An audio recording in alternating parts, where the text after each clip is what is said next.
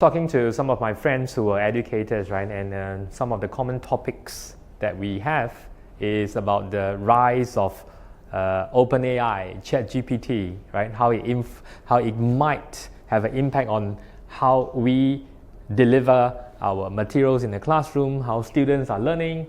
But if you think about it, education has gone through several disruptions, if I can use this term, right?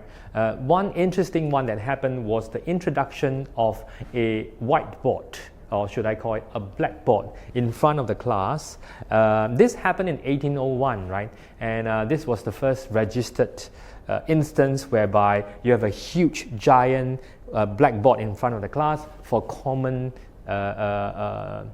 usage, if you can use that term, right? So what this did to the learning of math was, at that time, a lot of the assessments, a lot of the questions that was being asked was done in a very independent manner, right? You have open book, looking at the materials, okay, this is how I understood things. And then with the Blackboard, it changed, right? So they are moving away, and the change was, I'm going to be moving away from open book assessments, and I'm going to test you on your real-time applications. The professor will write a formula on the blackboard, and you are going to go there and solve it, right? Without the help of the textbooks.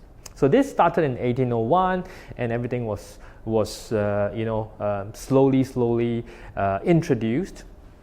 But it was not smooth sailing all the time.